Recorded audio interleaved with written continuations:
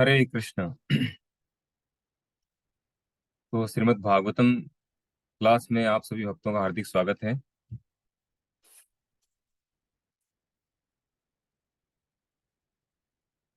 मंगलाचरण करेंगे पहले। तो जिन भक्तों को मंगलाचरण याद है, आता है, वो साथ साथ में बोल सकते हैं। मैं स्क्रीन शेयर कर देता हूँ।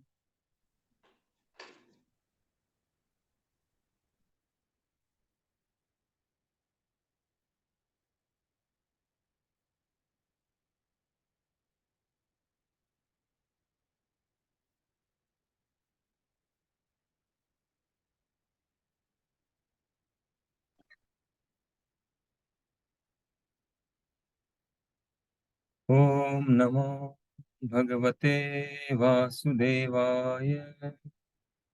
ओम नमो भगवते वासुदेवाय। ओम नमो भगवते वासुदेवाय। ओम नमो भगवते वासुदेव। नारायणं नमस्कृत्य नरं चैव नरोत्तमं देवीं सरस्वतीं व्यासं ततो जयमुदीरये। नष्टप्रायेषु भद्रेषु नित्यं भागवत सेवया भगवती उत्तमश्लोके भक्तिर्भवति नैष्टिकी। ॐ अज्ञानतिमिरान्धस्य ज्ञानाञ्जनशलाकया चक्षुरुन्मिलितं येन तस्मै श्रीगुरुवे नमः।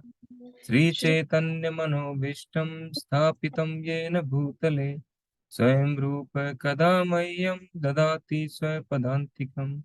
वन्देऽहं श्रीगुरो श्रीयुतपदकमलं श्रीगुरुन् वैष्णवांश्च श्रीरूपं साग्रजातं सहगण रघुनाथान्वितं तं सजीवं साद्वैतं सावधूतं परिजनसहितं कृष्णचैतन्यदेवं श्रीराधा कृष्ण पादा सहगण ललिता श्री विशाखान्वितांश। हे कृष्ण करुणा सिंधु दीनबंधु जगतपते गोपेश गोपिका कांत राधा कांत नमोस्तुते। तप्त कांचन गौरांगी श्री राधे वृंदावनेश्वरी वृषभानुसुते देवी प्रणमामि हरिप्रिये। वाञ्छाकल्पतरुभ्यश्च कृपा सिन्धुभ्य एव च पतितानां पावनेभ्यो वैष्णवेभ्यो नमो नमः। जय श्री कृष्ण चैतन्य प्रभु नित्यानंद श्री अद्वैत गदाधर श्रीवासादि गौर भक्त वृंद। हरे कृष्ण कृष्ण कृष्ण हरे हरे हरे राम राम राम हरे हरे। हरे कृष्ण। तो श्रीमद् भागवतम स्कंद 1 अध्याय 1 और श्लोक संख्या 4।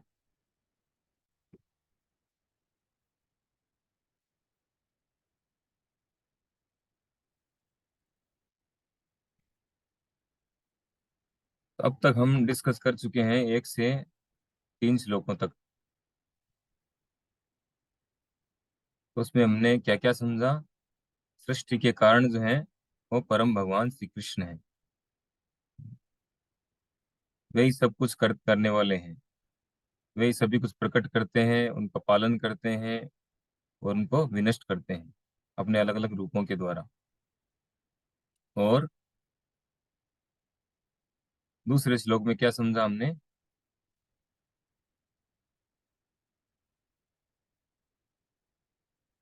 ब्रह्म प्रोचित केतवत्रो, कि इस भागवतम में जितने भी जो डुप्लीकेट धर्म है या वे धर्म जो आत्मा के कल्याण के लिए नहीं है, केतव धर्म जो चीटिंग करने वाले हैं, जीवात्मा के साथ चीटिंग करने वाले हैं, जिनसे जीवात्मा चीट होता है, ऐसे धर्मों को झाड़ू दे करके हटा दिया गया। और ये भागवतम जो है सबका कल्याण करने वाला है और तीनों प्रकार के तापों से, आदि देविक आदि भौतिक आदि आत्मिक, तो तीनों प्रकार के ताप है उनसे मुक्त करने वाला है। और ये महामुनि व्यास देव जी के द्वारा रचित है। और ये सर्वोपरि ज्ञान है। ये वैदिक शास्त्रों का सार है। ये इससे ऊपर और कुछ नहीं है। ये सर्वोपरि ज्ञान है और किसी शास्त्र की कोई आवश्यकता नहीं। और अगर कोई व्यक्ति भागवतम को ध्यान पूर्वक विनीत भाव से पढ़ता है, इसके संदेश को सुनता है, इसका श्रवण करता है, पठन करता है, तो जैसे जैसे वो पढ़ेगा, जैसे उसको नॉलेज होता जाएगा, वैसे वैसे उसको भगवान का साक्षात्कार होता जाएगा।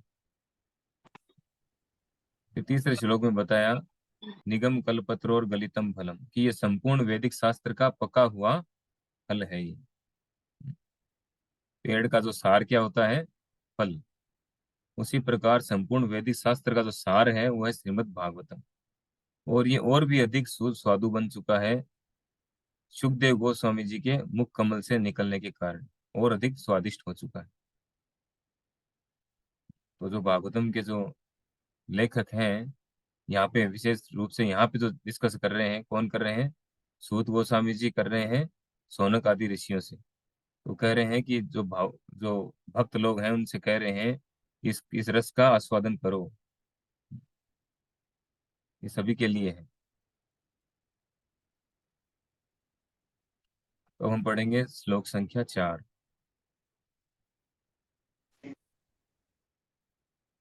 स्क्रीन आप लोगों को देख पा रहे हैं?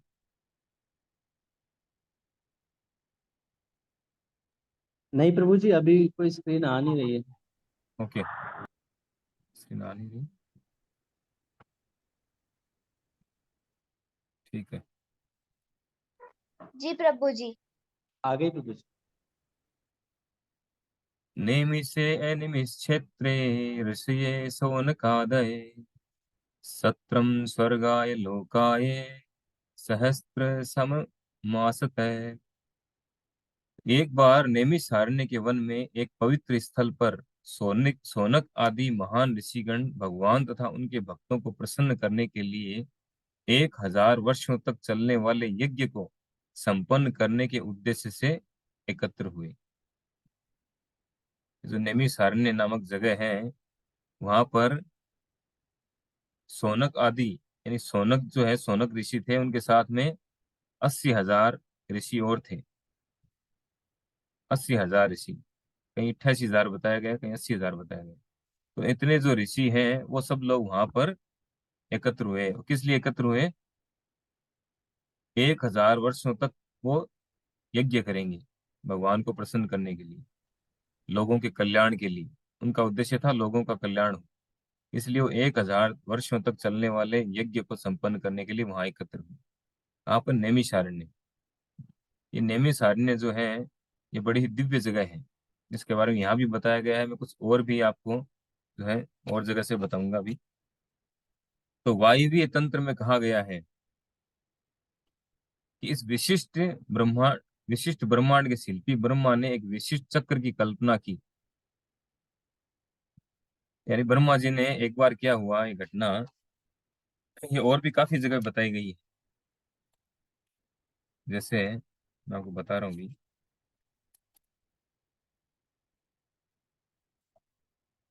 हम्म जैसे वायु पुराण में बताया गया है, शिव पुराण में बताया गया है, ब्रह्मांड पुराण में कई जगह पे नैमिषारण्य के विषय में बताया गया।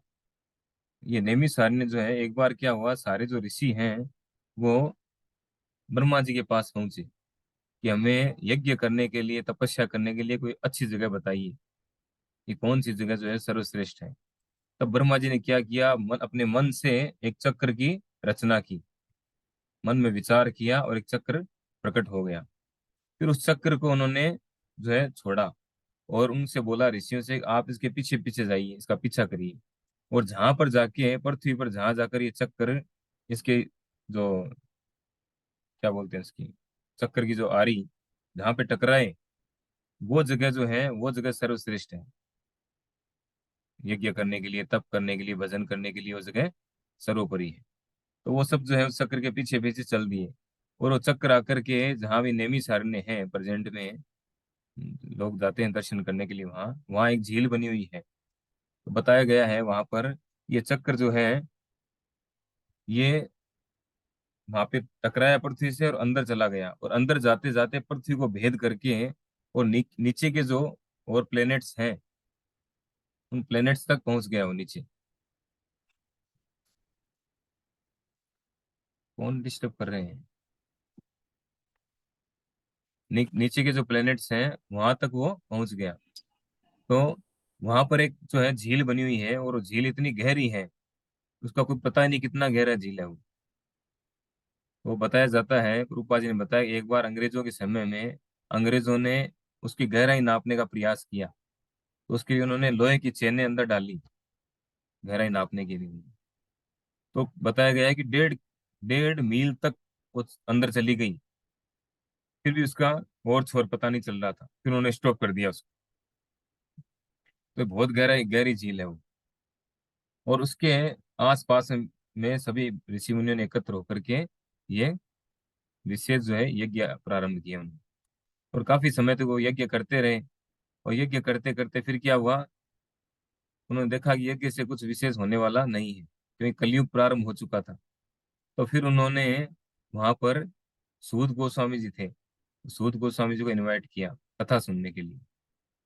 तो सूत गोस्वामी जी को व्यास आसन पे बिठाया गया, व्यास आसन में बिठा करके और उनसे रिक्वेस्ट की कि आप हमें उनसे 6 प्रश्न किए, तो अभी आगे आएंगे 6 प्रश्न क्या थे, वो प्रश्न हम आगे समझने का प्रयास करेंगे। तो इस तरह से नैमिषारण्य के बारे में बताया गया, ये बड़ी विशेष जगह है।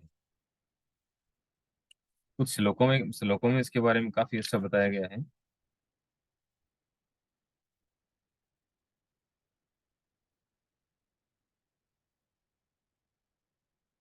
हाँ, एक श्लोक में बताया गया है कि नैमिषारण्य जो है वो त्रेता युग का तीर्थ है। ब्रह्मा जी शिव जी से कहते हैं नैमिषारण्य त्रेता युग का तीर्थ स्थान है। पुलस्त्य मुनि पितामह भीष्म से कहते हैं कि नैमिषारण्य नामक पवित्र स्थान समस्त पवित्र स्थानों का फल प्रदान करता है। फिर एक श्लोक में कहा गया है, कुरुक्षेत्रम कृते तीर्थ है, तीर्थम त्रेतायाम पुष्करम स्मृत है, द्वापरे नैमिषारण्यम नवखंड कलोकिल। एक सतयुग में कुरुक्षेत्र ही सबसे अधिक महत्वपूर्ण तीर्थ स्थल है, और त्रेता युग में पुष्कर अत्यंत महत्वपूर्ण तीर्थ स्थान है, और द्वापर में सर्वाधिक महत्वपूर्ण स्थल है नैमिषारण्य। और कलयुग में सर्वाधिक महत्वपूर्ण तीर्थ स्थान कौन सा है, जहाँ भी हम रिसेंट जाके आए थे, नवदीप, मायापुर नवदीप, वो सबसे महत्वपूर्ण तीर्थ स्थान है कलयुग के लिए। तो वैसे सारे तीर्थ स्थान है जो वो है महान है, भगवान की लीलाएं संपन्न हुई है वहां पर, किसी न किसी कारण से वो भगवान के धाम है। तो यहाँ नैमिषारण्य में सारे ऋषि मुनि एकत्र हुए, और उन्होंने सभी लोगों को सन्मार्ग दिखाने के लिए, शांति उनको प्रदान करने के लिए, उनका कल्याण करने के लिए ये हवन शुरू किया। फिर उन्होंने सूत गोस्वामी जी को नियुक्त किया कथा सुनने के लिए, कथा श्रवण के लिए, इन वैदिक शास्त्रों का ज्ञान दीजिए हमें।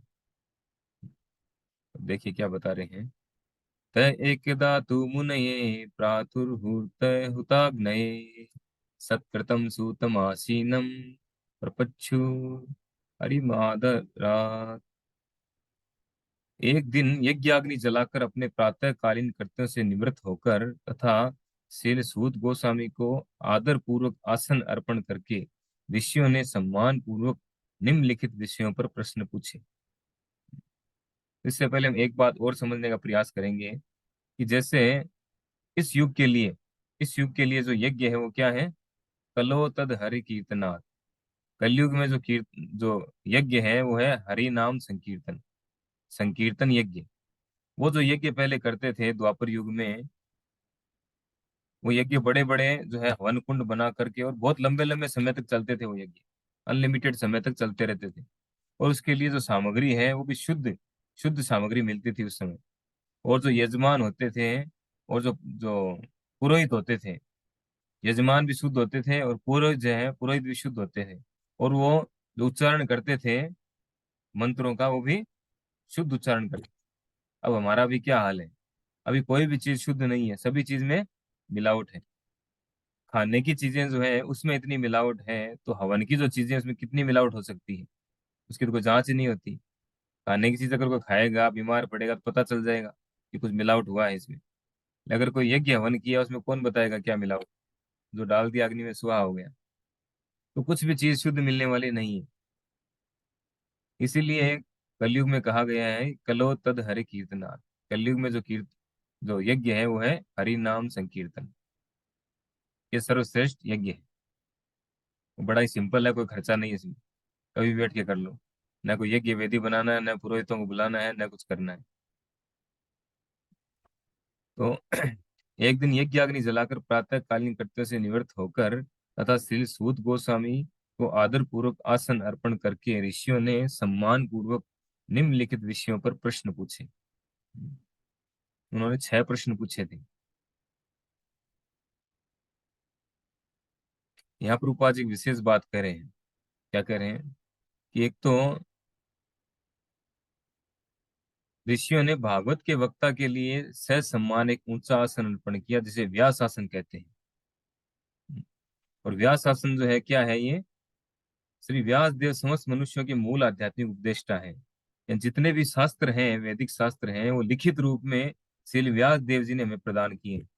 इससे पहले वो लिखित रूप में नहीं थे। वो किस रूप में थे? श्रुति शास्त्र। श्रुति शास्त्र, स्मृति शास्त्र। यानी सुनना, किसी से सुना, गुरु से सुना और याद हो गया। जैसे सूत गोस्वामी जो यहाँ बता रहे हैं, भागवतम बता रहे हैं, उन्होंने सुखदेव गोस्वामी से सुना जब वो परीक्षित महाराज को सुना रहे थे। उन्होंने वहां से सुना और लिखा नहीं उन्होंने, बस सुनकर आए थे। सुनकर आकर के वहां पर कुछ समय बाद उन्होंने बता दिया वहां। इतनी तेज उनकी स्मरण शक्ति होती थी, इसलिए उनको बोलते थे श्रुतिधर। तो एक बार सुनते ही उसको याद कर लेते थे, ऐसे लोगों को बोलते हैं श्रुतिधर। तो कलयुग में तो श्रुतिधर है ही नहीं आसपास ही। अब हमें कल का पता नहीं है, 1 घंटे पहले क्या उसका याद नहीं रहता हमें। तो क्या कह रहे हैं कि जो अन्य सारे उपदेशक उनके प्रतिनिधि माने जाते हैं। यानी जो व्यास आसन पर बैठ करके और प्रवचन करते हैं, वो व्यास देव जी के प्रतिनिधि हैं, उनका प्रतिनिधित्व करते हैं। तो उनकी क्या योग्यता होनी चाहिए? देखिए, प्रतिनिधि वही है जो श्री व्यास देव के दृष्टिकोण को सही सही प्रस्तुत कर सके। जो श्री व्यास देव जी का दृष्टिकोण था शास्त्रों को प्रस्तुत करने का, भागवतम को प्रस्तुत करने का, उसी दृष्टिकोण को सही सही रूप में, एज इट इज रूप में, यथा रूप में प्रस्तुत करे, वह कहलाता है प्रतिनिधि। यानी जो अपनी मिलावट नहीं करता है, उस ज्ञान को यथा रूप प्रदान करता है।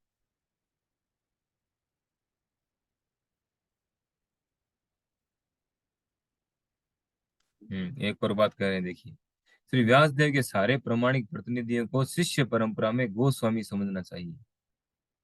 जैसे व्यासदेव जी ने नारद मुनि को ज्ञान दिया, नारद मुनि ने, सॉरी, नारद मुनि ने व्यासदेव जी को दिया, व्यासदेव जी ने सुखदेव गोस्वामी को दिया, सुखदेव गोस्वामी जी ने उनको दिया, परीक्षित महाराज को दिया। उनसे सौनक ऋषि ने, सूत गोस्वामी जी ने सीखा, सूत गोस्वामी जी यहाँ पे बता रहे हैं। तो इस तरह से गुरु शिष्य परंपरा के द्वारा ये ज्ञान आता है। तो ऐसे जो परंपरा में है व्यक्ति हैं, जो शुद्ध भक्त हैं, सीनियर भक्त हैं, उनको गोस्वामी समझना चाहिए। गोस्वामी अर्थात जिसने अपनी इंद्रियों को वश में कर लिया है। जो 6 वेग हैं, वाचो वेगम, मन से क्रोध वेगम, जिह्वा वेगम, उदर उपस्थ वेगम। वाणी का वेग, क्रोध का वेग, मन का वेग, उदर का वेग, जीवा का वेग। इन वेगों को जिसने कंट्रोल कर लिया है, यानी अपनी इंद्रियों को जिसने कंट्रोल कर लिया है, अपने कंट्रोल में है, उसको बोलते हैं गोस्वामी। और जो खुद इंद्रियों के कंट्रोल में है, उसको बोलते हैं गोदास। तो ऐसे जो महान आचार्य हैं, उनको गोस्वामी कहा जाता है, क्योंकि उन्होंने अपनी इंद्रियों को जीत लिया था।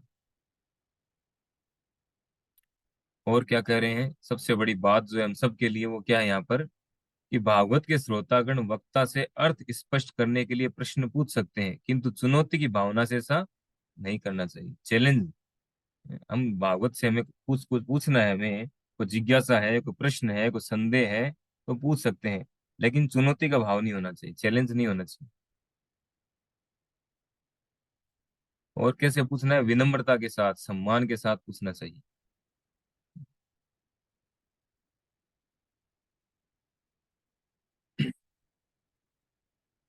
मैंने एक नोट किया है कई जगह पे, ये जो आजकल जो जो कॉल आते हैं ना कंपनियों से, सर्विस सेंटर से, या जो कंपनियों कंपनियों से कॉल आते हैं, लेडीज या जेंट्स जो भी कॉल करते हैं, बड़े ही तरीके से बात करते हैं, विनम्रता से बात करते हैं। उनको पता है विनम्रता के बारे में, लेकिन भक्त लोग भूल जाते हैं कई बार। ऋषि उचु त्वया खलु पुराणानि सेतिहासानि चानघ आख्यातानि विधितानि धर्मशास्त्राणि यान्युत। मुनियों ने कहा, हे पूज्य सूत गोस्वामी, आप समस्त प्रकार के पापों से पूर्ण रूप से मुक्त हैं।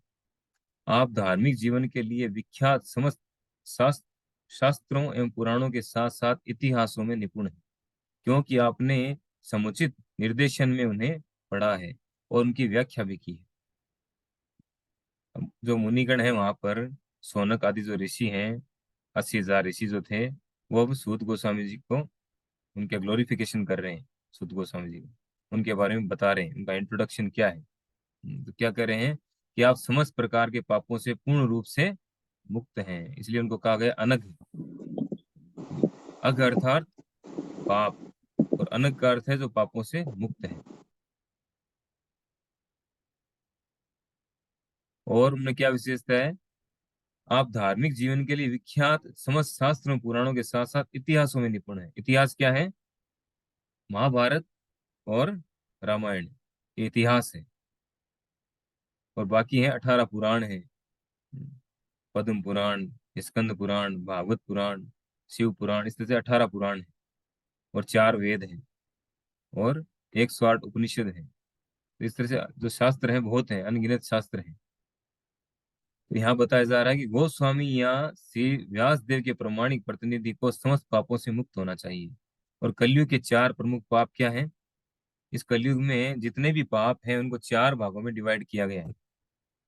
पहला है स्त्रियों के साथ अवैध संबंध।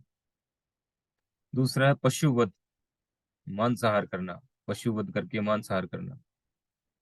तीसरा है मादक द्रव्य सेवन, यानी नशीली चीजों का सेवन करना। आजकल हर व्यक्ति जो है किसी न किसी नशे से एडिक्टेड है। कोई भी व्यक्ति, एक बड़ी मुश्किल से कोई मिलेगा आपको, कोई 500 में से 1000 में से एक व्यक्ति मिलेगा जो बचा हुआ है। बाकी हर व्यक्ति एडिक्टेड है, चाहे चाय से हो, चाहे कॉफी से हो, चाहे शराब से हो, चाहे किसी से नशे से हो। किसी न किसी नशे से एडिक्टेड मिलेगा।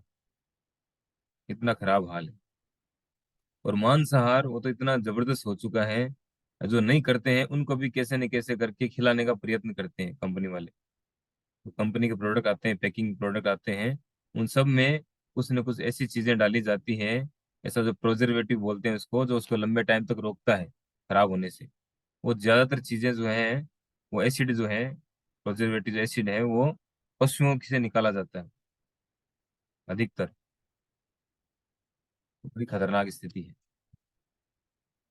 आपने पढ़ा होगा बचपन में स्कूलों में, जब अंग्रेजों का राज्य था तो उन्होंने क्या किया था, वो जो कारतूस देते थे उनकी सेना में, जो भारतीय लोग थे उनमें हिंदू मुस्लिम सब थे। तो हिंदुओं के लिए जो कारतूस देते थे उसके ऊपर जो चमड़ा लगा रखा था उन्होंने, उसको दांतों से तोड़ना पड़ता था। वो चमड़ा गाय का होता था। और जो मुस्लिमों को जो कारतूस देते उसमें सुअर का चमड़ा लगाते थे। क्यों लगाते थे? ताकि उनको उनकी स्थिति से नीचे डाउन किया जाए, धर्म से च्युत किया जाए, इस कारण से। वही अब चल रहा है। हर चीज में जो है, खाने की चीजों में ऐसी ऐसी मिलावट की जाती, हमें पता ही नहीं। हम पढ़ते नहीं उसमें क्या लिखा है, और पढ़ते हैं तो ऐसे कोड वर्ड में है कि समझ नहीं पाते क्या है। और चौथा है द्यूत क्रीड़ा, यानी जुआ खेल। तो इस तरह से 4 प्रकार के जो पाप हैं, इन पापों से मुक्त होना चाहिए। किसको? जो व्यास देव जी का प्रतिनिधि है, जिसको व्यास देव का प्रतिनिधित्व करना है।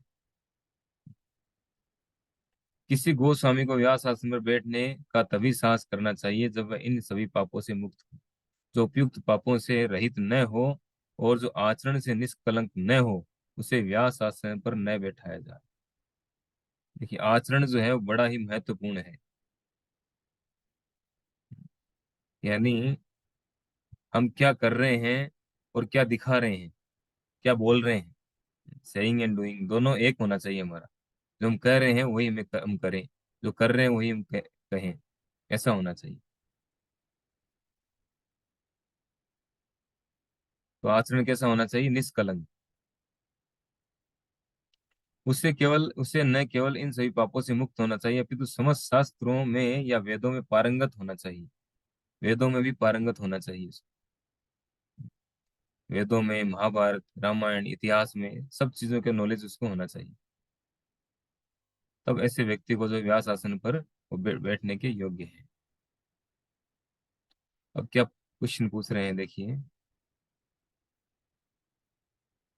या निवेद विदाम श्रेष्ठो भगवान बादरायण अन्य च मुनये सूत परावर विदो विदु।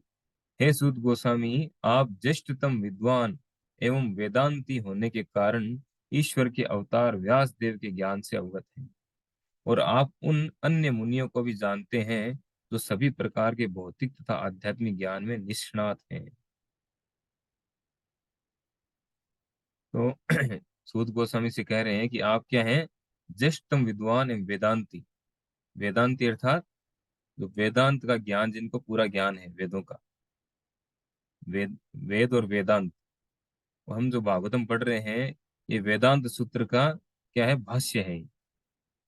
तो क्या करें, आप जो है भगवान के अवतार व्यास देव जी के ज्ञान से अवगत है। तो व्यास देव जी ने जो ज्ञान लिखा है लिखित रूप में, वो सारा नॉलेज आपको है।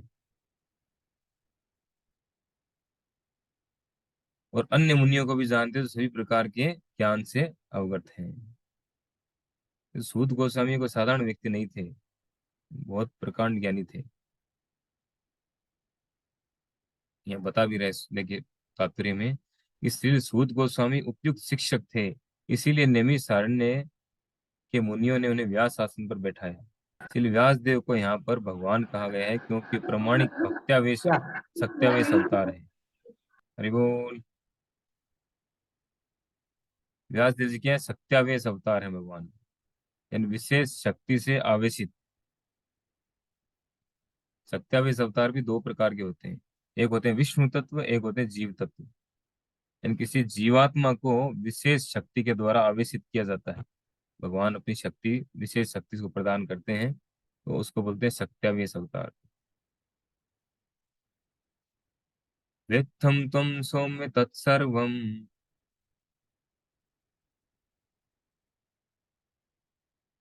तत्व तत्तत्व तद अनुग्रहात् ब्रूयु स्निग्धस्य शिष्यस्य गुरुवो गुह्यम अप्युत।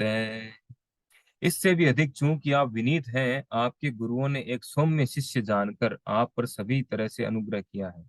अतः आप हमें वह सब बताएं जिनसे जिसे आपने उनसे वैज्ञानिक ढंग से सीखा है। वे कह रहे हैं कि आप जो हैं, आपने अपने गुरुओं से जो सीखा है, क्योंकि आपके गुरुओं ने आपको एक सही व्यक्ति समझ करके, एक अच्छा शिष्य मान करके, और आपको ये सारा ज्ञान प्रदान किया है, आप पे कृपा की। तो आप वो सारा ज्ञान जो है हमें, जो आपने वैज्ञानिक ढंग से सीखा है, उसका सार में बताएं। ये पूछ रहे हैं। देखिए तात्पर्य बहुत अच्छा बता रहे हैं कि आध्यात्मिक जीवन की सफलता का रहस्य गुरु को तुष्ट करने तथा उनकी शुभाशीष प्राप्त करने में है। तो यहाँ पर जो है गुरुवाष्टक, जो हम सुबह सुबह बोलते हैं मंगला आरती में, उसके एक श्लोक को बताया गया है। श्री विश्वनाथ चक्रवर्ती ठाकुर ने एक गुरुवाष्टक की रचना की थी। इसमें 8 श्लोक हैं, और ये 8वां श्लोक जो है, ये गुरुदेव की प्रशंसा में है, उनके कार्यकलापों के बारे में, उनकी प्रशंसा के लिए बताया गया है। तो सुबह सुबह हम जो मंगला आरती करते हैं, उसमें सबसे पहले भगवान के सामने भगवान की प्रशंसा नहीं करते हैं, गुरु की प्रशंसा करते हैं। ऐसा कहीं नहीं होता है, इस्कॉन के अलावा ऐसा कहीं नहीं होता है। तो उसमें क्या कहते हैं कि मैं अपने गुरु के चरण बिंदों में नमस्कार करता हूँ। वंदे गुरु श्री चरणारविंद। यस्य प्रसादात भगवत प्रसादो यस्या प्रसादान न गति कुतोपि ध्यायंस्तुवंस तस्य यस्य स्त्री संध्यम वंदे गुरु श्री चरणारविंद। कि उनको तुष्ट करके ही कोई भगवान को प्रसन्न कर सकता है। अगर हम गुरु को प्रसन्न कर लेते हैं, तो हम भगवान को प्रसन्न कर सकते हैं, नहीं तो भगवान प्रसन्न नहीं होंगे। कोई भी व्यक्ति डायरेक्ट भगवान तक नहीं पहुंच सकता है, गुरु के द्वारा ही पहुंच सकता है। इसलिए कहा गया यस्य प्रसादात भगवत प्रसाद, यस्य अप्रसादान न गति कुतो। अगर गुरु प्रसन्न नहीं है, तो कोई गति नहीं है उस व्यक्ति की।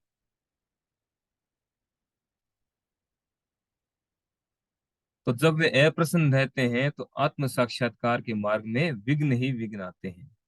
अगर गुरु अप्रसन्न है तो आत्म साक्षात्कार की कोई संभावना नहीं है, यानी आध्यात्मिक जीवन में सफलता की कोई संभावना नहीं है। अतः यह आवश्यक है कि शिष्य अपने प्रामाणिक गुरु के प्रति अत्यंत आज्ञाकारी तथा विनीत रहे। ये सबसे पहला फॉर्मूला है आध्यात्मिक जीवन का, कि गुरु को प्रसन्न करना, उनका आज्ञाकारी बनना।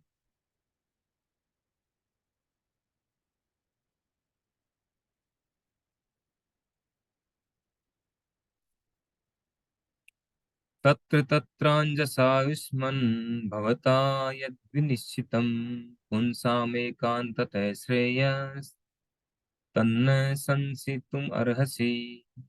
अतएव दीर्घायु की कृपा प्राप्त आप सरलता से समझ में आने वाली विधि विधि से हमें समझाइए कि आपने जन साधारण के समग्र एवं परम कल्याण के लिए क्या निश्चय किया है। देखिए पहला प्रश्न अब आया है। क्या है पहला प्रश्न? सूत गोस्वामी जी से तो सौनक आदि जो ऋषि हैं, 88,000 जो ऋषि हैं, 80,000 ऋषि हैं, वो पूछ रहे हैं, प्रश्न पूछ रहे हैं। क्या प्रश्न है? कि आप सरलता से समझ में आने वाली विधि से हमें समझाइए, सरल विधि से हमें समझाइए। क्योंकि वैदिक ज्ञान जो है, ये भागवतम जो हम पढ़ रहे हैं, भागवतम के श्लोक तो फिर भी इजी है पढ़ने के लिए, और हमें तो मान लो संस्कृत किसी को आती ही नहीं है। जिनको संस्कृत आती भी है वो भागवतम के श्लोक फिर भी समझ लेंगे, लेकिन वैदिक जो वेद हैं चारों, उनको तो पढ़ना बहुत मुश्किल है, समझ ही नहीं सकते हैं। बताया गया है कि संस्कृत सीखने के लिए 12 साल लगते हैं, और 12 साल बाद संस्कृत सीखने के बाद भी वो वेदों को पढ़ने के जितना एक्सपर्ट नहीं बन सकता है, उसमें और फिर टाइम देना पड़ता है। तो वो कह रहे हैं कि आप इसलिए हमें सरल सरल भाषा में बताइए, सरल विधि बताइए, हम उसको नहीं समझ पाएंगे। और क्या समझा, क्या बताना है? कि आपने जन साधारण के समग्र एवं कल्याण, परम कल्याण के लिए क्या निश्चय किया। कल्याण दो तरह के होते हैं। एक तो जो जन कल्याण जो चल रहा है दुनिया में, लोग कल्याण कल्याण के लिए लगे हुए हैं, अलग अलग क्लब बने हैं, रोटरी क्लब है, लॉयंस क्लब है, या कई सारी संस्थाएं बनी हुई हैं जो लोगों के कल्याण के लिए बनी हुई, कल्याण कर रहे हो। वो क्या कल्याण कर रहे हैं? वो कर रहे हैं भौतिक स्तर पर कल्याण कर रहे हैं, यानी भौतिक शरीर की आवश्यकताओं को पूरा करने का कार्य कर रहे हैं। दूसरा कल्याण क्या है? परम कल्याण। पर यानी इस भौतिक जगत से परे, आध्यात्मिक। तो पर क्या है? पर है आत्मा। तो आत्मा के कल्याण के लिए जो कार्य है वह है वास्तविक कल्याण। अगर आत्मा के कल्याण के कार्य किए जाएं तो भौतिक कल्याण अपने आप हो जाएंगे। आप रूपा जी तात्पर्य में बता ही रहे हैं, देखिए आध्यात्मिक कल्याण होने पर भौतिक कल्याण स्वतः हो जाता है। अतः आचार्यगण सामान्य जनता को आध्यात्मिक कल्याण के लिए उपदेश देते हैं। जो आचार्य होते हैं, गोस्वामी होते हैं, तो शुद्ध भक्त हैं, प्रामाणिक गुरु हैं, वे आध्यात्मिक कल्याण के कार्य में लगे रहते हैं। अगर आध्यात्मिक आत्मा का कल्याण हो गया तो बाकी जो सारे प्रॉब्लम है अपने आप सोल्व हो जाएगी। तो हमारी मुख्य प्रॉब्लम क्या है? जन्म मृत्यु जरा व्याधि, ये हमारी सबसे बड़ी समस्या है। अगर यही सॉल्व नहीं हुई तो बाकी प्रॉब्लम कोई मतलब ही नहीं है। अगर बार बार जन्म मृत्यु का चक्र खत्म नहीं हुआ तो फिर हम क्या सॉल्यूशन कर रहे हैं? कोई सॉल्यूशन नहीं कर रहे हैं। अभी हमने जन्म लिया, इस जीवन में जो है मृत्यु भी आएगी, बुढ़ापा भी आएगा, बीमारी भी आएगी, और हम जो छोटी मोटी प्रॉब्लम का सॉल्यूशन करने में लग रहे हैं। ये इतना धन कमा लें, गाड़ी लें, मकान बना लें, ये कर लें, वो कर लें, इससे हम सुखी हो जाएंगे। तो इससे सुखी नहीं होंगे। हमारी जो मुख्य प्रॉब्लम है जन्म मृत्यु जरा व्याधि, वो तो एज इट इज बनी रह गई। उसके लिए क्या सॉल्यूशन किया हम? अगर उसके लिए सॉल्यूशन कर लिया, अगर दोबारा इस भौतिक जगत में जन्म ही नहीं हुआ हमारा, हम आध्यात्मिक जगत में चले गए, तो हमारी सारी प्रॉब्लम ही खत्म है। क्योंकि इस भौतिक जगत में जन्म लेने का मतलब ही है समस्या। इस भौतिक जगत को भगवान गीता में कहते हैं दुखालयम। दुखालयम अशाश्वतम, ये दुखों का घर है ये। तो दुखों के घर में अगर कोई सुख ढूंढ रहा है तो बेवकूफी है और कुछ नहीं। तो इसलिए उन्होंने प्रश्न किया कि साधारण जन साधारण के समग्र यानी पूर्ण रूप से और परम कल्याण के लिए आपने क्या निश्चय किया वो बताइए। देखिए, जो वास्तविक जो साधु होते हैं, भक्त होते हैं, वे हमेशा इसी चिंता में रहते हैं कि लोगों का वास्तविक कल्याण कैसे हो, उनका परम कल्याण कैसे हो, उनकी वास्तविक जो समस्याएं हैं उनका सॉल्यूशन कैसे हो, इसी में लगे रहते हैं। एक आम आदमी उनके कार्यकलापों को नहीं समझ सकता है। आम आदमी सोचता है क्या कर रहे हैं, टाइम पास कर रहे हैं, इनको हरे कृष्णा करने के अलावा कोई काम नहीं है। उनको पता नहीं है हरे कृष्णा में कितना दम है, ये आम आदमी को पता नहीं है। हम साधारणतया लोग अपनी पूरी लाइफ जो है धन कमाने में पूरी लाइफ लगा देते हैं, और धन कमाने में, उसको एंजॉय करने में एंजॉय तो कर ही नहीं पाते। कमाते कमाते जो है वो बुढ़ापे के शिकार हो जाते हैं। एंजॉय क्या करेंगे? एंजॉय करने का समय आता है तब तक इंद्रियां एक्टिव नहीं रहती। तो अपनी जो वास्तविक समस्या है उसके बारे में ध्यान ही नहीं आता, पता ही नहीं, इवन लोगों को पता ही नहीं कि हमारी वास्तविक समस्या क्या है। इसीलिए जब कोई व्यक्ति इस्कॉन में आता है तो सबसे पहले हम उनको DYS या JHD कोर्स करवाते हैं। और JHD कोर्स क्या है? वो एक तरह से डायग्नोसिस है, वो डायग्नोसिस होता है उसका। उससे उसको पता चलता है कि हमारी वास्तविक समस्या क्या है व्यक्ति को। जब तक पता ही नहीं रहेगा कि हमारी समस्या क्या, हम इलाज क्या करेंगे। जब व्यक्ति डॉक्टर के पास जाता है तो सबसे पहले क्या करते हैं, उसको टेस्टिंग लिखते हैं, आप टेस्टिंग कराओ, ये टेस्टिंग, वो टेस्टिंग, वो टेस्टिंग। क्यों? ताकि पता चले आपको बीमारी क्या है। बीमारी पता चलेगी तभी तो इलाज करेंगे। तो वैसे ही हमें वास्तव में पता ही नहीं हमारी बीमारी क्या है। तो ये वैदिक शास्त्रों के द्वारा हमें पता चलता है कि हमारी वास्तविक समस्या है क्या, तब हम उसका इलाज कर पाएंगे।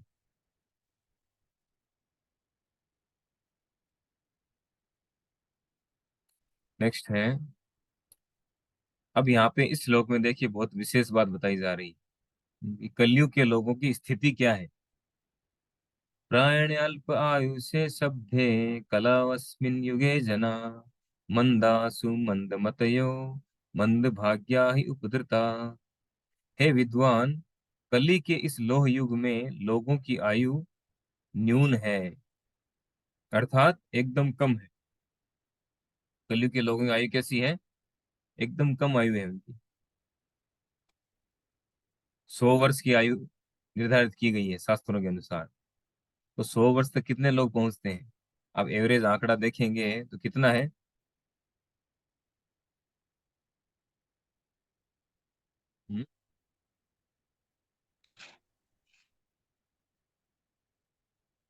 एवरेज आंकड़ा नहीं के बराबर, 50, एवरेज 50 साल, ऐसा कुछ हो, शायद 35 साल बताते हैं कहीं, तो भारत में 35 साल है, 35 ईयर एवरेज आंकड़ा। यानी 60 तक जो है, अभी मैं कुछ दिन पहले एक वीडियो में देख रहा था कि 60 वर्ष की आयु तक केवल 100 में से 15 लोग ही पहुंच पाते हैं, और 65 वर्ष की आयु तक केवल 11 लोग ही पहुंच पाते हैं 100 में से। यह हाल है। तो कलयुग के लोगों की जो आयु है बहुत ही कम है। जबकि इससे पहले के जो युग थे, इससे पहले जो द्वापर युग था, द्वापर युग में 10 गुना थी आयु। एक जीरो बढ़ा दो यानी 1,000 वर्ष। उससे और पहले के युग में जाएंगे और एक जीरो बढ़ा दो आप, 10,000 वर्ष। और उससे पहले सत्य युग था, उसमें 1,00,000 वर्ष आयु होती थी। तभी वो 60-60 हजार वर्ष तक ध्यान करते थे, तपस्या करते थे, क्योंकि उनकी आयु होती थी इतनी लंबी। अभी हमारी आयु जो है 50-60 साल सिमट कर रह गई है। और इस 50-60 साल के अंदर भी हमारा जो आधा समय है, अगर 8 घंटा एवरेज भी लगाए सोने का, तो 8 है, तो तीसरा हिस्सा गया सोने में हमारा। 20 साल तो सोने में चले गए हमारे, नींद में। और बाकी 40 साल बचे, उसमें से बचपन में चले गए 10-15 साल, कोई अज्ञानता में, ज्ञान नहीं हुआ। और बाकी बीच के जो है वो कमाने खाने में चले गए, परिवार, शादी, कमाना, ये इसी में चला गया, नौकरी, धंधा। तो समय बचा कहाँ? आध्यात्मिक जानकारी के लिए कलयुग के व्यक्ति के पास समय है ही नहीं। फिर क्या कह रहे हैं? प्रायण अल्प आयु से सभ्य कलव अस्मिन युगे जना। इस कलयुग के लोगों की आयु जो है अत्यंत न्यून है। और क्या है, दिक्कत क्या है उनमें? मंदा, वे अत्यंत मंद हैं, यानी आलसी हैं एक नंबर के। किस चीज में आलसी है? मोबाइल चलाने में आलसी नहीं है, लैपटॉप चलाने में आलसी नहीं है, उल्टे काम कोई भी करवा लो इसमें आलसी नहीं है।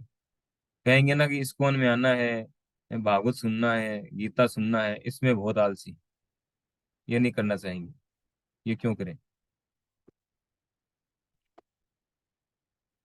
इसमें आलसी है, यानी आध्यात्मिक कार्यों के लिए वो आलसी है। और चलो आलसी हैं, कोई बात नहीं, उनकी बुद्धि तो तेज है। तो क्या कह रहे हैं, आगे सुनिए क्या कह रहे हैं कि सुमंद मतयो, मंदा तो है ही, एक तो धीमे है, वो आध्यात्मिकता में धीमे है। दूसरा सुमंद मतयो, उनकी मति जो है, उनकी जो बुद्धि है सुमंद है, यानी सुमंद, जैसे कहते हैं सुस्वागतम, सुमंद है, यानी मंद से भी और ज्यादा मंद है, अति मंद है, इतने ज्यादा मंदमती है, पथ भ्रष्ट है वो। अब 1000 लोगों से पूछेंगे तब कोई एक तो व्यक्ति रेडी होंगे आने के लिए, यह हाल है। और सुमंद मती है, कोई बात नहीं, चलो सुमंद मती है, उनका भाग्य तो अच्छा होगा, चलो भाग्य में होगा तो आ जाएंगे, कि नहीं, क्या है, मंद भाग्या, उनका भाग्य भी मंद है, बहुत बुरा हाल है कलयुग के लोगों का। फिर क्या है, उपद्रता, वे झगड़ालू है, हर समय जो है विचलित रहते हैं, हर समय विचलित विचलित रहते हैं, उपद्रता। वो झगड़ालू तो है ही, कलयुग के लोग कैसे हैं, थोड़ी सी बात पे झगड़ा करने के लिए तैयार हो जाते हैं। तो हम लोगों की स्थिति ऐसी है, क्या है, झगड़ालू, आलसी, पथ भ्रष्ट, अभागे और सदैव विचलित रहने वाले हैं, माइंड कभी शांत रहता ही नहीं। तो ये हमारी स्थिति है। तो ऐसे लोगों के लिए फिर क्या करें, क्या सॉल्यूशन है, यही पूछ रहे हैं। ये इतनी खराब स्थिति है, तो फिर क्या करें, इनके लिए कुछ सॉल्यूशन बताइए आप, इनका कल्याण कैसे होगा। और सरल विधि होगी तभी कर पाएंगे, नहीं तो कर ही नहीं पाएंगे। इसलिए वो आगे श्लोक में कह रहे हैं,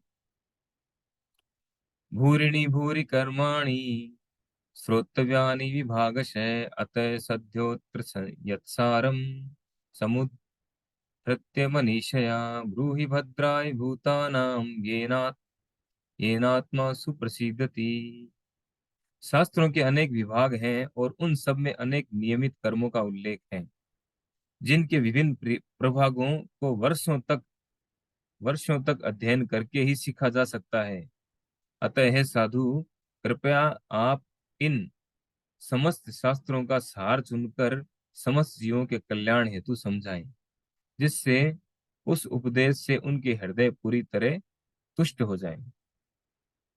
क्या कह रहे हैं कि शास्त्रों के अनेक विभाग हैं, जैसे पिछली बार शायद मैंने 3 विभाग बताए थे, ज्ञान कांड, कर्म कांड और उपासना कांड, ये 3 मुख्य विभाग है। और उन सब में अनेक नियमित कर्मों का उल्लेख है, उसमें बहुत सारे नियम कायदे बताए गए हैं, नियम कानून हैं।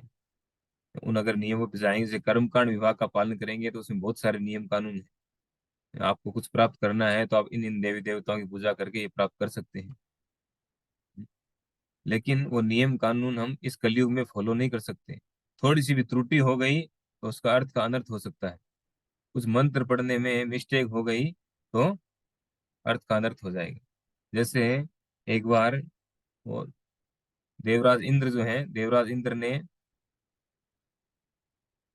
त्वष्टा, जो उनके भाई लगते हैं, त्वष्टा के पुत्र थे विश्वरूप, तो विश्वरूप को अपना पुरोहित बनाया था, क्योंकि उनके गुरु जो हैं देवगुरु बृहस्पति, वो छोड़कर चले गए थे उनको नाराज होकर के।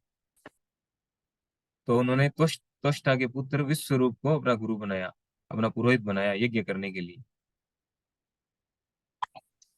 तो उन्होंने क्या किया, तो त्वष्टा ने कोई ऐसी मिस्टेक की, मैं शॉर्ट में बता रहा हूँ आपको।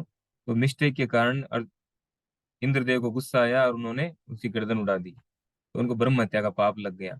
फिर वो अलग बात है। उधर त्वष्टा ने क्या किया, उनके पुत्र को मार दिया देवराज इंद्र ने, तो उन्होंने देवराज इंद्र को मारने के लिए एक यज्ञ किया, यज्ञ करके और देवराज इंद्र को मारने के लिए उन्होंने एक राक्षस को उत्पन्न किया। लेकिन वो यज्ञ करते समय जब आहुति दे रहे थे, तो छोटी सी मिस्टेक हो गई, प्रोनाउंसिएशन में थोड़ी मिस्टेक हो गई। वो भी इतने बड़े जो त्वष्टा है, देवता है, वो भी उस समय की घटना है, अभी की घटना नहीं है, कलयुग की। और इस पृथ्वीलोक के व्यक्ति नहीं है, उनसे भी मिस्टेक हो गई प्रोनाउंसिएशन में, उच्चारण करने में। और वो जो राक्षस है, वो बोलना चाह रहे थे कि एक ऐसा राक्षस पैदा हो जो ऐसा शक्तिशाली व्यक्ति जो इंद्र का वध करे। जो ऐसा उस मंत्र का अर्थ ऐसा हो गया कि इंद्र के द्वारा वध हो उसका। और फिर जो है इंद्र के द्वारा उसका वध हुआ। तो इसमें बहुत खतरा है। जो कर्मकांड विभाग है इसमें बहुत बड़ा खतरा है। और दूसरा है ज्ञान कांड, और फिर है उपासना कांड। तो कुल मिलाकर यहाँ ये बता रहे हैं कि इनमें नियमित कर्मों का उल्लेख है जिनके विभिन्न प्रभागों का को वर्षों तक अध्ययन करके ही सीखा जा सकता है। कई वर्षों तक अध्ययन करके सीखेंगे तब जाके वो कर पाएंगे। वो भी कलयुग में तो गारंटी नहीं है हम जैसे लोगों के लिए। तो इसीलिए कह रहे हैं कि आप क्या करें, आप समस्त शास्त्रों के सार को चुन करके और जीवों के कल्याण के लिए जो है वो हमें बताएं। हम उसमें नहीं जा सकते। ये सारे शास्त्र पढ़ें या उनको जानने या उन सारी विधियों नियमों को फॉलो करें, हम इस लायक नहीं है। क्यों नहीं है? क्योंकि ऊपर कंडीशन बता दी गई है हमारी। क्या कंडीशन है? ऊपर वाले श्लोक में हमारी कंडीशन बता दी गई है कि हमारी स्थिति क्या है। हम सब जो है क्या है, आध्यात्मिक कार्यों में आलसी है। बहुत सारी कमियां हैं, समय नहीं है, किसी के पास समय नहीं है। तो इसीलिए क्या करें, शॉर्टकट बताएं हमें एकदम से, जो हमारे कल्याण के लिए हो लेकिन एकदम शॉर्टकट हो, वो बताएं। तो ये प्रश्न पूछ रहे हैं इनसे। ये दूसरा प्रश्न हो गया। फिर है तीसरा प्रश्न। पहला प्रश्न क्या था कि जीवों के कल्याण के लिए आपने क्या प्लान किया है। परम कल्याण के लिए आपने क्या सोचा है, क्या विचार किया है, वो बताएं। दूसरा, सारे शास्त्रों के सार को बताएं जो हमारे कल्याण के लिए है, वो सार रूप में बताएं उसको। अब तीसरा क्वेश्चन क्या है देखिए, लास्ट ये श्लोक लेंगे। सूत जानासि भद्रम ते भगवान सात्वताम पति देवक्याम वसुदेवस्य जातो यस्य चिकीर्षया। हे सूत गोस्वामी, आपका कल्याण हो। आप जानते हैं कि पूर्ण पुरुषोत्तम भगवान देवकी के गर्भ से वसुदेव के पुत्र के रूप में किस प्रयोजन से प्रकट हुए। ये तीसरा प्रश्न है। क्या बताएं कि पूर्ण पुरुषोत्तम भगवान श्री कृष्ण जो परम भगवान है, वो देवकी के गर्भ से वसुदेव जी के पुत्र के रूप में यहाँ प्रकट हुए भौतिक जगत में। तो उनका प्रयोजन क्या था, किस उद्देश्य से आए थे वो, ये बताइए। ये प्रश्न पूछ रहे हैं। तो तात्पर्य प्रभुपाद जी कह रहे हैं कि भगवान का अर्थ है सर्वशक्तिमान ईश्वर, जो समस्त ऐश्वर्यों, शक्ति, यश, सौंदर्य, ज्ञान तथा तपस्या के नियंता हैं। ये जो छह ऐश्वर्य हैं, ये ऐश्वर्य से समग्र से, वीर्य से, यश से श्रिय, ज्ञान वैराग्य व क्षणाम भग इतिंगण। ये जो छह ऐश्वर्य हैं, ये जिस व्यक्ति के पास असीम मात्रा में और अनंत काल के लिए हो, उस व्यक्ति को कहते हैं भगवान। ये भगवान की डेफिनेशन है। कोई आपसे पूछे कि भगवान किसको कहते हैं बताओ, या कोई दावा करे आपके सामने कि मैं भगवान हूँ, तो आप ये डेफिनेशन के द्वारा समझ सकते हैं कि वो व्यक्ति भगवान है या नहीं। ये डेफिनेशन बताई गई। तो क्या कह रहे हैं, भगवान का अर्थ है सर्वशक्तिमान ईश्वर, जो समस्त ऐश्वर्यों, शक्ति, यश, सौंदर्य, ज्ञान तथा तपस्या के नियंता हैं, कंट्रोलर हैं। सारे ऐश्वर्यों के कंट्रोलर हैं। सारी शक्ति, सारा यश, सारा सौंदर्य, सारा ज्ञान और सारी तपस्या के जो कंट्रोलर हैं, जिनके हाथ में उसका कंट्रोल है। जैसे हम भी, हमारे पास भी थोड़ी थोड़ी सुंदरता है सभी के पास, लेकिन हम इसके कंट्रोलर नहीं है। हम कभी भी थोड़े समय में धीरे धीरे क्या होगा, जब वृद्धावस्था आएगी तो हमारी सुंदरता सारी चली जाएगी। हमारे हाथ में नहीं है सुंदरता। इसको मेंटेन रखना, इसको बनाए रखना। कॉस्मेटिक लगा करके कितनी देर बनाए रख सकते हैं, परमानेंट सॉल्यूशन नहीं है। तो हमारे हाथ में नहीं है। हमारी शक्ति जो है, आज मान लो कोई व्यक्ति यंग है, उसके पास शक्ति है, उसमें शक्ति है, कितने समय, वो शक्ति कभी भी जा सकती है। तो ये हमारे कंट्रोल में नहीं है। न हमारा सौंदर्य हमारे कंट्रोल में, न हमारी शक्ति हमारे कंट्रोल में, न हमारा ज्ञान हमारे कंट्रोल में, न धन कंट्रोल में है। तो कुछ भी जो है हमारे कंट्रोल में नहीं। ये सारी चीजें किसके कंट्रोल में है? भगवान के। इसलिए कहा गया है, सब कुछ जो है, जो सबके नियंता है, सबके कंट्रोलर है, उनको बोला जाता है भगवान।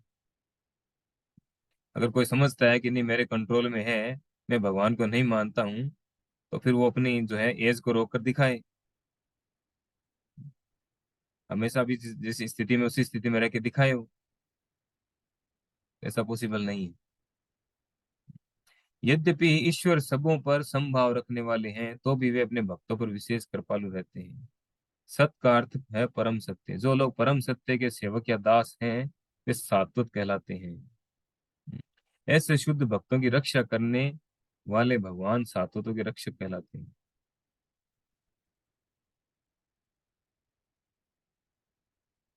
मुनियों द्वारा वक्ता से परम सत्य के विषय में जानने की उत्सुकता का द्योतक है। भद्रम ते। पूर्ण पुरुषोत्तम भगवान श्री कृष्ण वसुदेव की पत्नी देवकी से प्रकट हुए। वसुदेव आध्यात्मिक पद के प्रतीक हैं, जिसमें परमेश्वर का प्राकट्य होता है।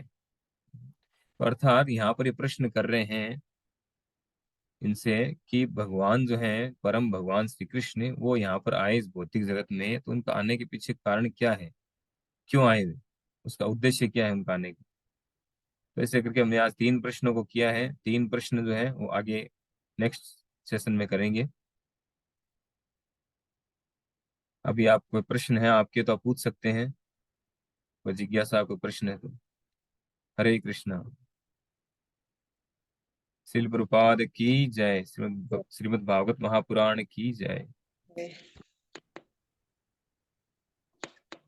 प्रभु जी एक क्वेश्चन है मेरा।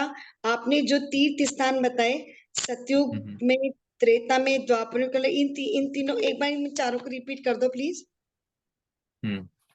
तो बताया था जो सत्य युग है उसमें बताया कुरुक्षेत्र। सत्य युग में कुरुक्षेत्र। कुरुक्षेत्र जो है वो सबसे मुख्य तीर्थ स्थान था। ठीक है। और त्रेता युग में पुष्कर, जो पुष्कर तीर्थ है, वो सबसे श्रेष्ठ रहा। मुख्य तीर्थ स्थान था। वो द्वापर में नैमिषारण्य और कलयुग में नवदीप धाम, नवदीप, हाँ नवदीप कलयुग में। मंडल, हाँ। जहाँ भी द्वापर रिसेंट 530 साल पहले भगवान प्रकट हुए थे, 535 साल पहले नवदीप धाम, की साल भगवान पे। से चैतन्य महाप्रभु। ठीक है। द्वापर में नैमिषारण्य है ना। हाँ। ठीक है प्रभु जी। धन्यवाद। समझ में आ रही है आप लोगों को? क्लास समझ में आ रही है? बहुत अच्छी तरह समझ में आ रही है, बहुत अच्छी तरह से। मुझे लगता है समझ में आ नहीं रही, शायद मैं सही से नहीं बता पा रहा हूँ शायद। नहीं नहीं प्रभु जी, बहुत बहुत अच्छे से मुझे किया। अभी माता और कोई प्रश्न है आप लोगों का? गंगाराम प्रभु क्या करें? जी अभी माता जी जो प्रभु जी जो हम्म? किसी को दोबारा बताएंगे एक बात, और सुनिए हम जरा, आवाज साफ नहीं है जी। हाँ दोबारा बताइए प्रभु जी। क्या जो अभी क्या माता बताएं? जी ने अभी आपको प्रश्न किया था ना अभी। अच्छा, प्रश्न पूछा था ना प्रभु जी।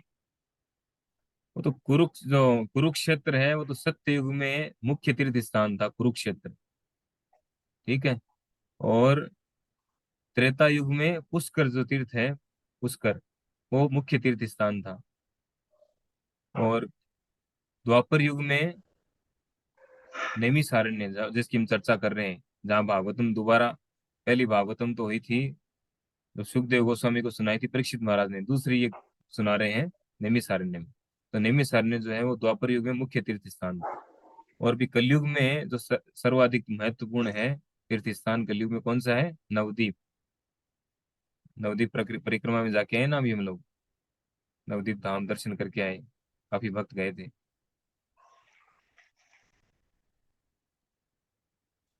प्रभु जी सुखदेव जी को तो उन्होंने कथा सुखताल में सुनाई थी ना, राजा वो परीक्षित। सुक्ता, हाँ वो सुक्ताल में हुई थी, सुखताल में सुनाई थी उनको, गंगा जी किनारे। हाँ, गंगा के किनारे सुनाई थी। हाँ। सुक्ताल अभी भी है, हरिद्वार से आगे जाएंगे वहां पर है।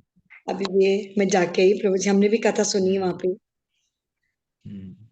वो परम पूज्य राधा गोविंद महाराज जी हैं, वो वहाँ पे कथा करते हैं। अभी तो प्रेजेंट में नहीं कर रहे हो, पहले हाँ। प्राय उनकी कथा वहाँ पे होती थी।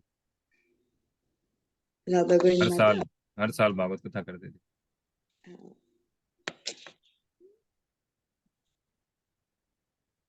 यस, और कोई प्रश्न है?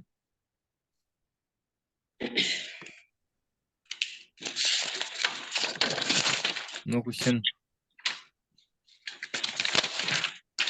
चलिए आप बताइए कि जो सबसे पहला प्रश्न था शौनक आदि ऋषियों का वो क्या था? हैंड राइज करके बताइए, हैंड राइज करिए पहले। पहला प्रश्न क्या था उनका?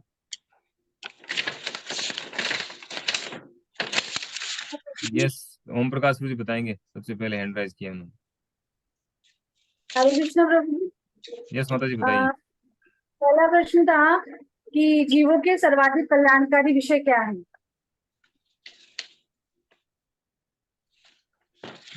तो मैंने बताया थे 2 प्रकार के कल्याण होते हैं, है ना? जन कौन सा? कल्याण, परम कल्याण। परम कल्याण। जन कल्याण और परम कल्याण प्रभु जी। एक तो वो कल्याणकारी जो साधारण भौतिक स्तर पे जो हेल्प करते हैं, दूसरा है जीवात्मा का कल्याण। आत्मा का कल्याण। और दूसरा प्रश्न क्या था? पर- हैंड राइज करिए, हैंड राइज। लो ये लो। मेरे को 2 छोटी थैलियां नहीं दिखती इसमें, माँ ढूंढती रहती हूँ इनमें अलग अलग। म्यूट करना गुरु जी। यस प्रतिभा माता जी बताइए।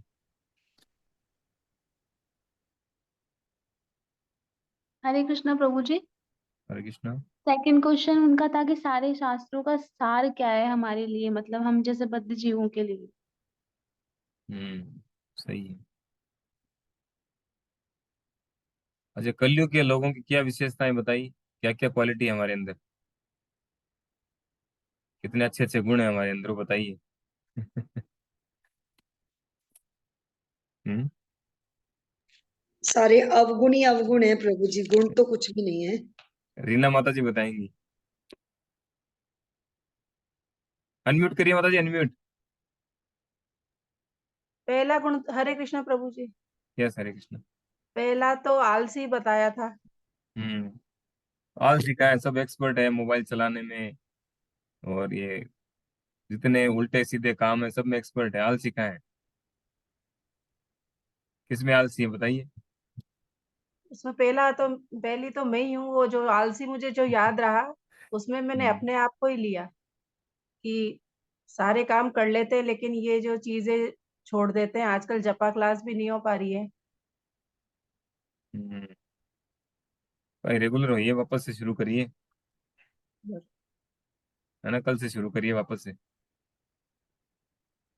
ऐसे हरे क्या कृष्ण। घर पे बैठे बैठे ऐसे नहीं कर पाएंगे आप, कोई ना कोई माध्यम से जुड़े रहेंगे तब कर पाएंगे। या तो आप थोड़ी मंदिर के पास में हो, मंदिर आकर के कर रहे हो तब कर पाएंगे, या फिर ऐसे जो जूम वाला हमने व्यवस्था कर रखी है ऑनलाइन वाली, वो सही है। थोड़ी सी घर वालों की परेशानी आ जाती है, वो आड़े आ जाते हैं, थोड़ा सा ये परेशानी है थोड़ी। हम्म। कोशिश करूंगी मैं। कोशिश करिए। परेशानियां जो है ना, भौतिक जगत है तो दुखालय में बताया भगवान ने, परेशानियां कुछ ना कुछ तो रहेगी। ये मत सोचो कि सारी परेशानियां खत्म हो जाएगी फिर हम भक्ति करेंगे, कभी होने वाला नहीं है ये। नहीं, जैसे होता क्या है, मन में बहुत इच्छा है करने की, लेकिन अगर हाँ। किसी को इस चीज से कष्ट मिल रहा है तो मैं ये सोचती हूँ कि किसी की आत्मा को दुखाकर ये काम ना करें तो ठीक। नहीं अंतरात्मा नहीं, से तो भगवान का नाम लेते ही है, वो चीज है। तो आप तो चुपचाप कर रही हैं अपना, क्या दिक्कत है इससे, किसको दिक्कत हो रही है? जैसे ऑनलाइन करते हैं, सुबह हाँ, सुबह लेके बैठ जाते हैं, तो है आपको ना? इसमें बहुत बोलना भी सारे। नहीं है, आपको साइलेंट चलता है, तो हाँ, आपको तो चुपचाप रहना है, आप तो अपना धीरे धीरे मत। भजन सुनने को मिलते हैं सुबह सुबह, ऑनलाइन खोल के हम्म। बैठ जाते हैं सुबह सुबह, टाइम हम्म। पास ये वो। तो इससे अच्छा भाई किस भगवान के लिए अपन नेगेटिव सुने, इससे अच्छा मन के मन में ही कर लो, वो ज्यादा बढ़िया। तो आप थोड़ा रूम से बाहर निकल के अपने घर में इधर उधर और कहीं जाके छत पे जाके कर लो, चुपचाप बैठ के। घर में नहीं दिखते तो कहाँ गए?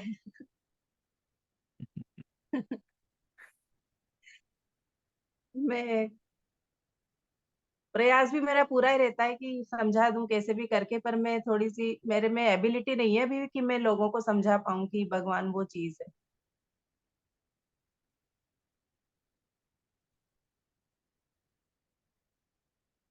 उनको भी कई बार साथ में लगा लीजिए। पायल माता जी से भी मेरा कई बार डिस्कशन होता है। वो कई बार मुझे कॉल करके बहुत मोटिवेट करती है, बहुत ज्यादा हम्म। करती है। इतना हम्म। तो मुझे शायद मेरे घर वाले भी नहीं करते होंगे कॉल, जितना वो मुझे मोटिवेट करती है। पर वो ये कि मैं थोड़ी-सी, अगर घर में कोई नेगेटिव पर्सन होता है ना, तो फिर अपन मतलब जो काम अच्छा करने जा रहे हैं उसमें ऐसा लगता है कि बाधा क्यों आ रही है ये? नहीं आनी चाहिए, भगवान के काम में तो आनी नहीं चाहिए। मैं फिर कोई भी बात नहीं, प्रयास। हाँ, प्रयास करिए, भगवान से रिक्वेस्ट करिए।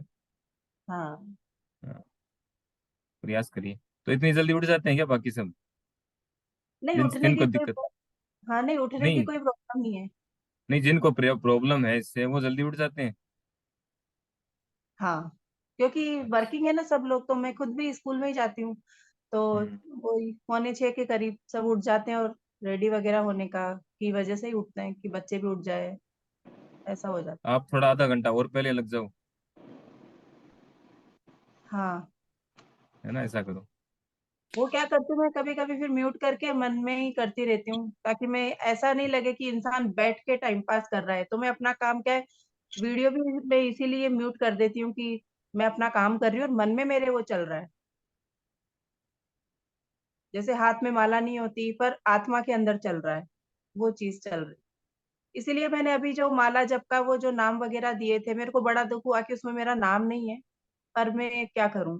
उसमें फिर पता भी नहीं चलता मुझे कि मेरी कितनी मालाएँ हो रही है, लेकिन मेरे हरे राम हरे कृष्ण मन से चलता रहता है। अब एक काम करो, काउंटर आता है यहाँ पे अपने इस्कॉन में, छोटा सा अंगुली में डाल लो उसको, वो दिखेगा भी नहीं किसी को, उससे कर सकते हैं आप। अच्छा, हाँ, काउंटर मशीन आती है छोटी सी इलेक्ट्रॉनिक, वो ले लो आप। अच्छा, है ना, जैसे भी आपको टाइम मिले एक दिन आ जाओ। ठीक है। है ना, हाँ।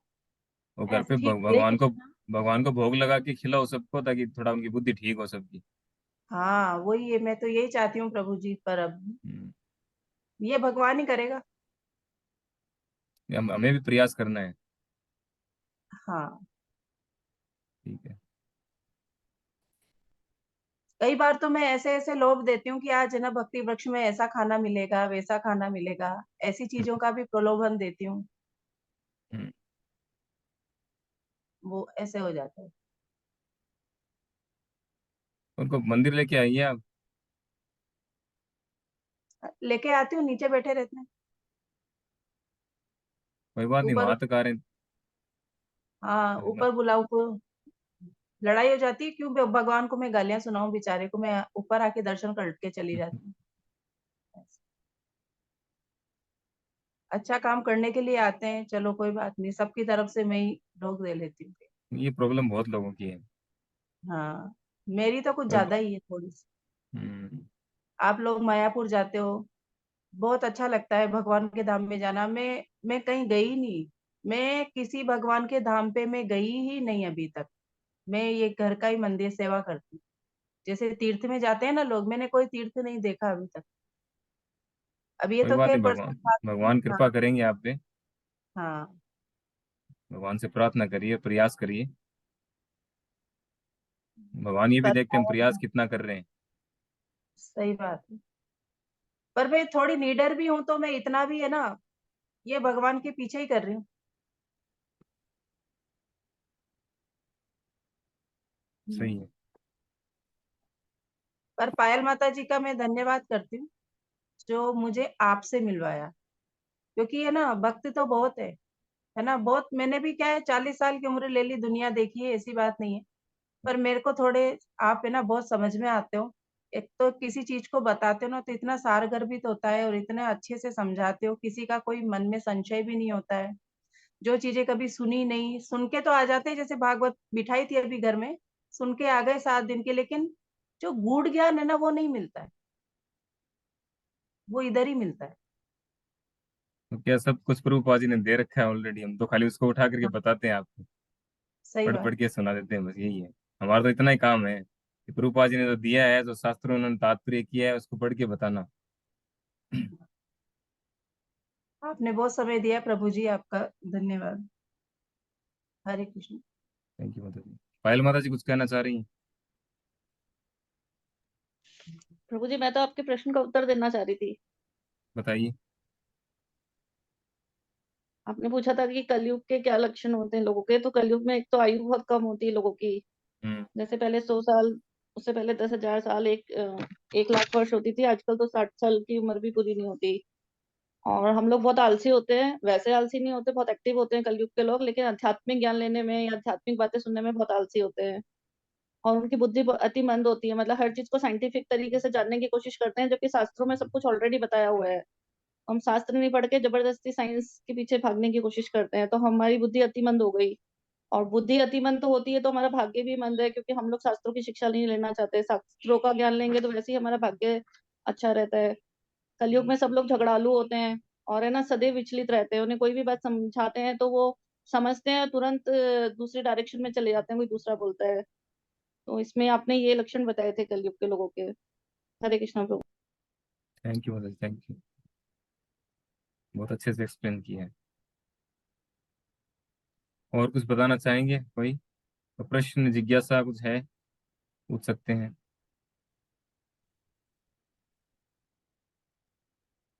अभी जो हरे जो भक्त अभी, कृष्णा प्रभु जी।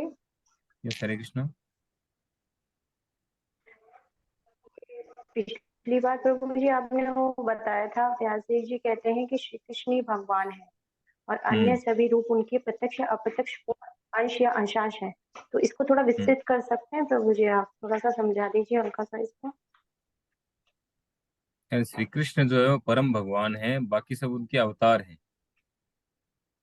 जो भी उनके हम्म। रूप हैं।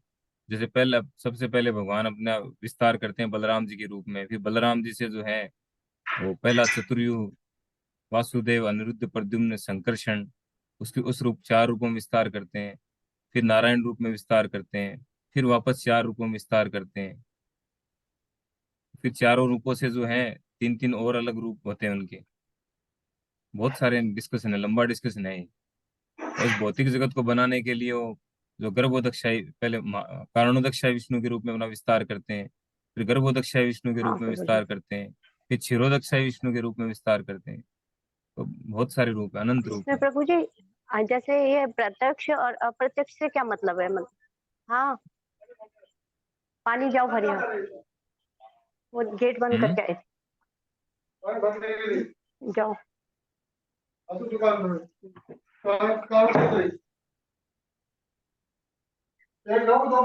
प्रभु जी प्रत्यक्ष और अप्रत्यक्ष से क्या मतलब है, ये बता दीजिए एक बार।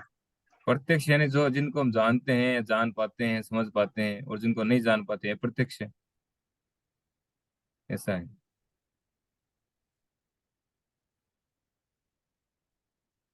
तो वैसे 6 प्रकार के अवतार बताए गए हैं, 6 भागों में डिवाइड किया गया है भगवान के जो अवतार जितने भी, वो 6 प्रकार के हैं। तो फिर आगे सब चीजें आ जाएगी ये सारी, अभी लंबा डिस्कशन हो जाएगा ये। पुरुष अवतार, युग अवतार, लीला अवतार, गुण अवतार, मनवंतर अवतार, सत्यावेश अवतार, इस तरह 6 कैटेगरी में डिवाइड किया गया है भगवान के अवतारों को। ठीक है।